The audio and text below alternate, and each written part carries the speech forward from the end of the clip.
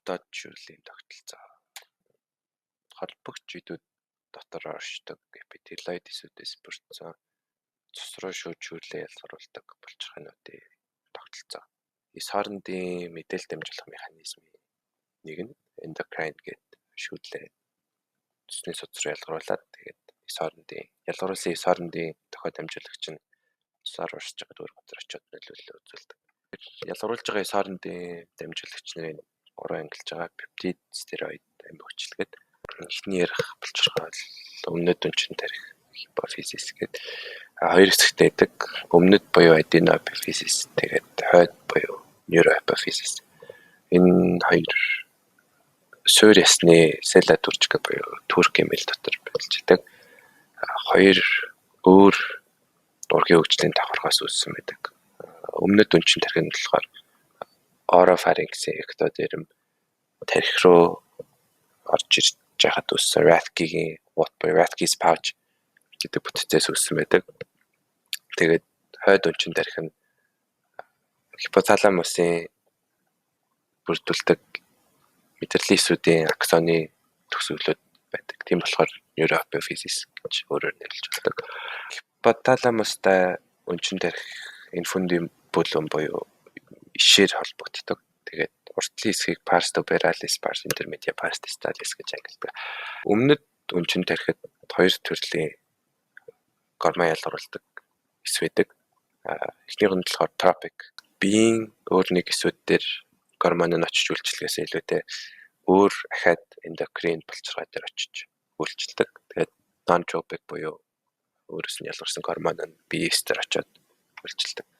Өмнөд өнчин тарихтайгаа эсүүдийг хромофил, хромофоб гэж хоёр ангилдаг. Тэгээд хромофиб дотор асидофил, базофил гэдэг цаашд ангилж болдог. Малароидын хромоор бодоход энэ эсүүдийн дотор байгаа мөхлгүүд нь хүчлэг бодгон дуртай эсвэл сорилог бодгон дуртай шин чанартай хөдөлж байгааг харж болдог. Өмнөд өнчин тарихнаас ялгардаг 5 гормонуудын соматотроф, лактотроф хоёр нь асидо өмнөд өнчин тарихны гормон ялгаруулдаг эсүүдийн соматотроф, лактотроф хоёр нь асидофил, тэгээд үлдснүүд нь базофил гэдэг. Өөр өмнөд өнчин тарихад байдаг эсвэл folliculostylatis гэдэг. Тэр нь болохоор нүх толбоос буюу gap junction хоорондоо бүтсэн байдаг. Үйл ажиллагаа үүрэг нь харахандаа тодорхойгүй байгаа ч гэсэн pars tuberalis болон pars distalis-ийн хооронд мэдээлэл дамжуулдаг гэж бодд юм лээ. Дараагийн хэсэг бол pars intermedia. Тэгээд colloid filled follicle өөрөөр хэлбэл cystүүдтэй байдаг. Тэгээд эдгээр нь яаж үүссэн бэ гэхээр өмнөд өнчин тарих ургийн хөгжлийн үед Rathke-ийн уутнаас үүсэж хат Rathke-ийн уутны үлдэгдлүүд үлддэг. Тэгээд энэ үлдэгдлүүд нь болохоор одоо cystүүд болж байгаа. Дараагийн хэсэг нь болохоор pars tuberalis. Тэгээд hypothalamohypophyseal portal system гэдэг. Хэлэлгсэн судасны дараа вен явж байгаа дахиад хэлэлгсэн судас гарч ирж байгаа системийг portal system гэдэг. Тэгээд илэгний дараагийн хоёр дахь portal system нь энд байдаг. Тэгээд тийм болохоор айгүй сайн цусны судасаар тэтгэгдсэн бүс байдаг. Тэгээд hypothalamohypophyseal portal system нь яагаад байгаа вэ гэхлээр hypothalamusаас ялгарч байгаа өмнөд өнчин тарихны эндокрин эсүүдийг зохицуулдаг дааврууд нь эхний хэлэлгсэн судасны бөгнөрлөөр цусны эргэлт рүү ороод тэгээд дараагийн хэлэлгсэн судасны бөгнөрлөөр өмнөд өнчин тарихтар очиод эндокрин эсүүдээр үйлчилдэг.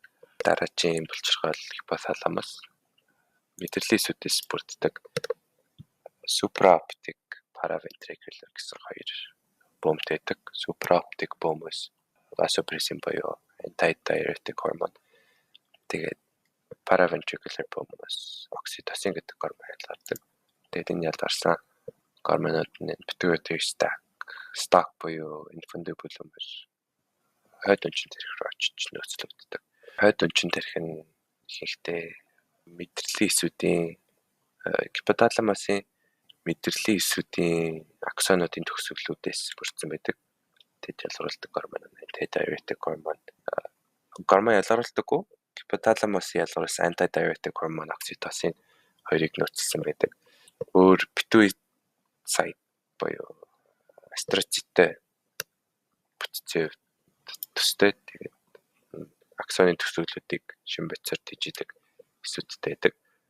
Окситоцин гипоталамусаас ялгарсан окситоцин болон васопрессын хойд үлжин тархид herring body буюу гормонуудын мөхлгүүдийн бөгнөрөл үүсгдэг. Дараагийн болчихвол пенил буюу борхоцоо болчихвол retinohypothalamic tract холбоосоор нүдтэй холбогдсон байдаг. Тэгээд гизлийн нөлөөгөөр sleep wake cycle circadian rhythm-ыг зохицуулдаг. Melatonin гэдэг даваар ялгаруулдаг. Phenylalanine гэдэг хэстэй байдаг. Энэ melatonin ялгаруулдаг. Тэгээд мелатониныг агуулсан айгүй их мөхлгүүдтэй байдаг. Тэгээд эдгээр мөхлгүүд эксоцитозоор мелатониныг ялгаруулад тэгээд цусны сүцэр мелатонин бүтээдэг байна. Тэгээд энэ эксоцитозын явцад ялгарч байгаа кальцийн ионууд фосфат карбонатын давс үүсгээд тэгээд тархины brain sand corpora arenacea болдог. Тэгээд энэ нь болохоор нас явах тусам ихсдэг. Дараагийн болчихвол бамба болчихвол хоёр мөхлөгтэй тэгээд голдоо стимус гэдэг бүтцээр холбогдсон байдаг. Бамба болчихвол нь follicle болон коллоид гэсэн бүтцүүдээс бүтсэн байдаг. Тэгээд follicle өчигчид нь булчиргааны идэвхжлэлтээс хамаарат дан шод үргэлжин эсвэл намхан дан бортхон гэсүүд байдаг. Тэгээд бамба булчиргаа их ажиллаж байгаа хүмүүст follicle өчигчид нь намхан дам бортхон болсон байдаг. Үйл ажиллагаа ихснээс болоод. Тэгээд бас parafollicular эсүүдтэй C-cell-тэй. Тэгээд энэ эсүүдээс кальцитоны ялгараад цусн дах кальцийн хэмжээг багасгадаг. Тироид фолликулууд нь ерөнхийдөө бамба булчиргаанаас ялгарч байгаа тиреодотироксин T3, T4 гормонуудыг глобулин хэлбэрт хадгалж байгаа гэсэн үг. Тэгээд энэ фолликуло бохочуурид эсүүд нь эхлээд коллоид руугаа шүүрэл ялгаруулад байгаа. Тэр шүүрлээ буцааж аваад тэгээд цусны эргэлт рүү ялгаруулдаг. Parafolliculis будгаар бодогддог кальцитоны ялгаруулдаг. Цусны кальцийн хэмжээг багасгадаг. Тэгээд фолликулуудын зах хаваар байлгадаг.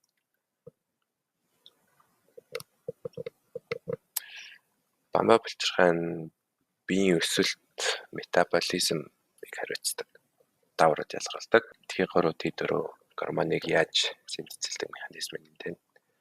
Цусны судаснаас йодыг натрий йодын симпортын мембранан сувгаар оруулж ирээд тэгээд перокситирозин гэдэг давраар йодыг эсэлдүүлээд тэгээд диодотироксин, моноодотироксин гэдэг бүтцүүд болгоод тэгээд эдрийг тироглобулин гэдэг уургатай нийлүүлдэг. Thyroid stimulating hormone өмнөд өнчин тархинаас ирэхэд моноодотироксин, диодотироксиныг бие биентэй нийлүүлээд T3, T4 гэсэн гормонууд үүсгээд тэгээд энийгээ коллоидоос эндоцитозын механизмаар эс рүүгээ оруулаад лизосомтой нийлүүлэх үед лизосомын энзимүүд нь тироглобулин болон T3, T4 хоёрыг хооронд салгаад тэгээд ялгарсан T3, T4 цусны эргэлт рүү ордог. T3, T4 нь өөрөө өөрсдийнхөө negative feedback буюу сөрөг хариултлаар зохицуулдаг. Тэгээд цуснд орсон тироид гормон нь гипоталамуст очоод thyroid releasing hormone-ийн шүүрлийг хориглоод тэр нь өмнөд өнчин тархины thyroid stimulating hormone-ыг бас хориглодог. Дараагийн булчиргаа бол parathyroid булчиргаа. Тэгээд тироид бамба булчиргаан дотор байдалдаг дөрвөн шиг булчиргаанууд байдаг. Chiefis oxophilis гэсэн эсүүдээс бүрдсэн байдаг. Chiefis гол шүүрлээ ялгаруулдаг. Тэгээд оксофилисийн үүрэг нь мэддэг байгаа ч гэсэн өндөр митохондрийн агуулмжтай, GFS-с илүү том тэгээд бүрэнхий хэлбэртэй эсэдэг. Энэ хоёр хэсэг нь харагдаж байна.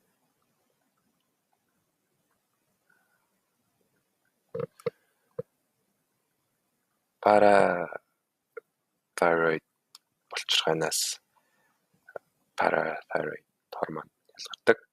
Тэгээд энэ болохоор цусны кальцийн хэмжээг ихсэх үүрэгтэй. Цусны шээсээр фосфат ялгаруулах үүрэгтэй. Тэгээд ясны задарлыг нэмэгдүүлдэг. Дараагийн булчирхай adrenal gland бөөрийн дээдлэх булчирхай. Энэ булчирхай нь cortex, холтос, medulla гэдэг хоёр хэсгээс бүрдсэн байдаг. Тэгээд холтосны ихэнх хэсгийг эзэлдэг. Medulla нь болохоор бага хэсгийг эзэлдэг. Тэгээд цусны судастай ойрхон байдаг. Catecholamine буюу epinephrine, norepinephrine flight or flight response-ийг өгдөг дааврыг ялгаруулдаг.